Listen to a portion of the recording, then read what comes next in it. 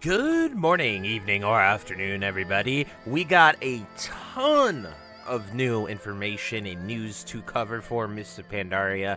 The dev team was working overdrive, covering all kinds of things, class changes, why they're doing PvP balancing, currency conversions, as well as another stress test that is happening later today. So all of these are pretty awesome, and I love to see them taking such a proactive approach to Mr. Pandaria, and hopefully it leads to an amazing experience. But without further ado, we're going to switch it over to Blue Posts, and I'll see you then. Voop. So we have even more class adjustments right here. So the first ones to talk about, and always important to remember that they are subject to change. These only affect PvE and have no impact on arenas or battlegrounds, and they are only active for the spec they are listed under, even if the ability is for multiple specs. Blood Decay, your Raised Ghoul no longer benefits from Vengeance attack power, your Army of the Dead no longer benefits from Vengeance attack power, and Blood Presence damage reduction was raised to 12%, was 10. So a little less pew-pew and a little more tankiness for Blood Decays. Frost, Frozen Hearts, Obliterate, and Soul Reaper bonuses are now lowered to 20% effectiveness when wielding a two-handed weapon, so that that just kind of nerfs two-handed Frost a little bit, so making either one-handed Frost more viable. I'm not sure what the meta goes towards in Mr. Pandaria, but probably so you could play either both or play a completely different way. Feral Druid, Shattering Blow inside of PvE instance content is now instant cast and does not reset your swing timer. Duration of Predatory Swiftness increased to 12 seconds, was 8. Guardian, the chance to activate Dream of Scenarios off a Mangle Bear crit has been increased to 50, was 40. The cooldown on Heart of the Wild has been lowered for Guardian Druids to 3 minutes, was 6. When Bear Hug is cast on an enemy, they are permanently immune to stuns. Bear Hug instead lowers their damage dealt by 10% for 5 seconds. The duration of this Bear Hug effect is not increased by the Gladiator's Gloves. Very key to note for those bear changes, but Bear is looking a little more fun. I'm not sure if I'll main a Bear in MoP or not. I have it, it's ready to go, but I'm not sure if I'm there yet. Mage, Arcane Missiles was increased by 28%. This is a 5.2 revert. Arcane Blast damage increased by 37%, and Arcane Barrage was raised by 30%. So it's 37 from 29 and 30 from 19. So they're trying to make Arcane Mage viable, which is awesome. Hopefully, Mage I think is always fun when all three are choices and depend on which fight you're going into. Mage is probably my most played, if not second most played class, so I really like when it's not just, oh, you're this the entire expansion. Fire. The way Inferno Blast spreads Ignite has been changed to even more intuitive spreading full duration ignites instead of allowing players to compress Ignite into very large ticks. We're attempting to allow the ability to weave Ignites in hopes it can unlock some interesting gameplay for Fire Mage. Ignite is a notoriously volatile spell where even the slightest change can have far-reaching consequences, so we're going to monitor this closely.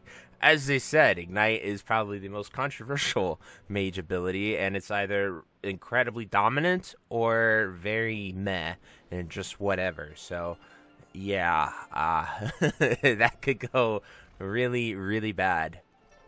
Monk, when Vital Mist is at 5 stacks, your instant cast of Surging Mist will not reset your swing timer. That is new, and I think that is really good. I think that's kind of like a weird bug thing that would happen. Warlock, Affliction, Haunt damage increase to your damage over time effects, lowered back to 35, was 40%. So Warlocks are the most overpowered class in MoP for the caster. Like, you're going to want as many Warlocks as possible, so nice to see them becoming more in tune with others. Agni's damage over time was lowered by 11%, making the overall increase to Agni during the beta a 5% increase, was 18%. So they kind of reverted it and went back on that. Warrior, Shattering Throw inside of PvE content is now an instant cast and does not reset your swing timer. That's really cool. So it seems like a lot of spells and abilities were resetting swing timers, and now they're taking that out of there, which is really good.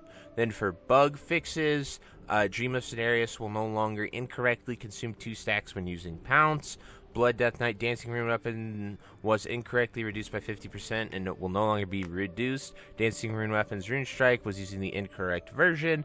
Glyph of Dancing Rune Weapon will now correctly reduce Dancing Rune Weapon's damage by 25%, was not reducing it at all. Rune Strike will no longer have an egregious 10% attack power ratio. I think it should. That's really good. That's very fair. Blade decays are insane. But anyway, those are some really awesome class changes. Like I said, I'm down to see how it goes, right? I saw them do this with Season of Discovery. I thought Season of Discovery overall for the PvE experience was very enjoyable, and they achieved almost perfect class balance. So now applying those philosophies to MoP, I'm down to spice it up a little bit, have a little fun. We haven't really seen them do this in the Classic project thus far, and if it goes well, who knows what's next. Hopefully not TBC. I don't want them to touch TBC too hard with this type of change, but yeah, time will tell. Anyway, let's head over to the next thing that we're going to talk about, and that is PvP questions. So Zyrene is saying, here's what's happening on MoP beta regarding PvP. The PvP season is in a beta. Why? Is the only opportunity we have to test flat cutoff tech / logic and make sure it works before a live season. Why 2 days? We are simulating our risk team combining through accounts that earn titles to eliminate cheaters from reward contention. This is for workflow and seeing what a season's minimum lift is required with our flat cutoffs we have. Will this season be back on beta afterwards? We will attempt to revert the season back to the start on beta and have it begin again. This is not a promise, it will work perfectly, but we are attempting to do so we can allow players to continue giving feedback on how arenas feel, how dampening feels, and how variants of it. Are you going to change dampening again? Yes, we're going to experiment with the 5-minute dampening starts in every bracket and starting at 0% dampening. But why no one likes slow games, especially healer versus healer 2s? We know, and that's why I've introduced the dampening we did, but we've gotten enough feedback it would be a miss not to entertain the desire for a longer meta, even if just for the moment. But it sucks. We know it's going to suck. Why? It is a public test beta environment. If we do not explore and iterate options as fast as possible and actually stay flexible, then we are not serving the players to the best of our ability, experience a weird week of dampening on the beta or a whole season of off-putting dampening. The former decreases the chance of the latter. Bonus, I personally believe that the best version of dampening will be 2s starts at 3 to 5 minutes, healer mirror 2s starting at 0 to 3s, 3s and 5s starting at 3 to 5 minutes, dampening starting from 0 to 10%. And I believe it enough that doing these things that may not align with that is fine with me during the beta, because I have confidence I'm correct enough that others will see it too once we go with a longer dampening test, or I will be wrong and learn something new. I love that the devs are always open to this stuff. Like, he's just flat out putting it all out on the table saying, look, we're taking a chance. We'd rather test it in the beta than give it a whirl and send it for a season and be wrong. So really cool to see that, and hopefully, you know, once again, it's worth a shot, you know. It can't hurt. It's good to test it on the beta, see what happens. And, you know, if it really, really sucks, then they can always revert it. Currency reward conversion. So this is important for making a ton of gold in all your currency and kata where it goes. With the patch on July 1st, all Valor points will be converted to Justice points, and all Conquest points will be converted to Honor points. All Justice and Honor points that exceed the 4,000 point caps will be converted to gold at the rate of 35 silver per Honor point and 47 silver per Justice points. Players will no longer be able to earn Valor or Conquest points. Bosses will drop Justice. Arena will be closed. Items formerly purchasable with Valor and Conquest will be available for Justice/Honor. With the Mists of Pandaria pre-patch, vendors will no longer sell combinations of service for Fisher Stone fragments and Obsidian fragments. Combination of service will no longer be redeemable for Justice points. Players can sell them back to the vendors for gold. Valor can be earned again at MoP launch on the week of July 21st. From Mr. Pandaria, we have increased the Valor cap, and characters can now earn up to 1,600 Valor per week. Likewise, similar to Cataclysm Classic, we've implemented a progressive Valor cap, which will increase by 1,600 each week. For example, week 1 will have a cap of 1,600, week 2 will have a cap of 3,200, and so on. Our intention is to allow easier catch-ups. So if you miss a week reaching the cap, this will also greatly allow alt characters to catch up. Absolutely love this, all for this system. Always having that catch-up ability is key for Classic. I love it. It's probably one of the greatest changes they have done for this entire Classic. They did it, I think, late Wrath, all of Kata, and now into MoP. So I think it's a really good change. Daily quests, random scenarios, random heroic dungeons, and all levels of rating will reward Valor. Similar to Cataclysm Classic, we've increased the amount of Valor rewarded for these activities. So dailies giving Valor is very interesting. Random scenarios, random heroics, and all levels of rating. Very good. Valor will be used to purchase the 489 gear in Mist of Pandaria Classic. The Klaxi, Golden Lotus, Shadowpan, August Celestial factions, and Justice and Valor Quartermasters at the Narzu Temple will sell this gear. So you want to go to Narzu Temple in order to buy all this. Valor Point gear purchases are still gated behind earning the reputation associated faction. Some requirements have been lowered or sped up. Please read our post about reputations for more details on what was changed. So the biggest change is that you can do Shadowpan and August Celestial reps without having Golden Lotus. So you can just go right to Shadowpan and August Celestials, which have some of the most lucrative rewards, as well as they added the reputation boost at Revered instead of Honored, so you can get 100% more reputation, which is also massive. So just really good on that to really ease the daily grind so it's not terrible. Once you have collected 1,000 Valor on your character or on your account, all other characters on the account will have Valor point gains increased by 50% for the remainder of the week.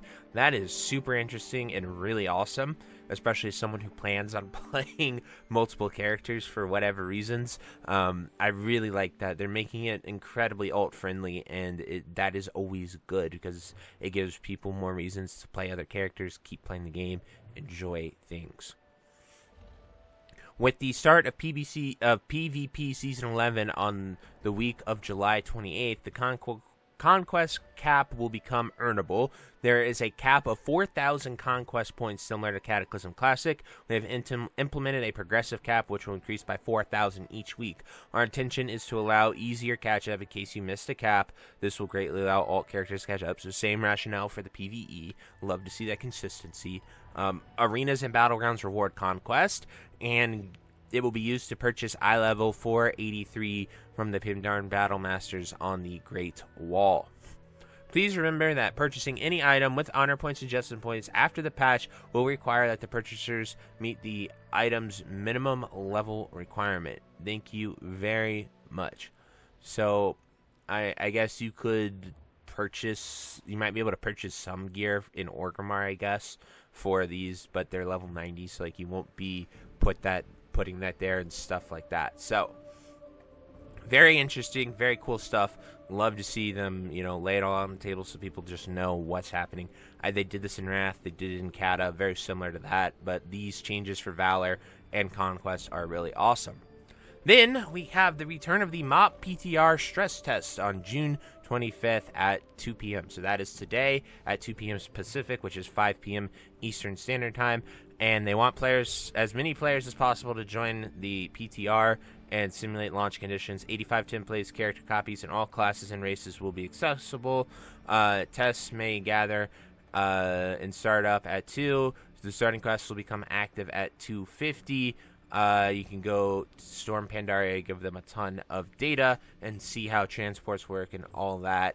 And yeah, it just gives people a chance to test it out and hopefully help them. Apparently there was some very broken things going with this, and yeah, so they're doing another one today. So if you want to stop by, give it a whirl, I might go do it. I'll probably be streaming Kata anyway during this time, so I will maybe hop over and give it a whirl. But that is it for all the Mists of Pandaria changes. A ton of news that they dropped for us.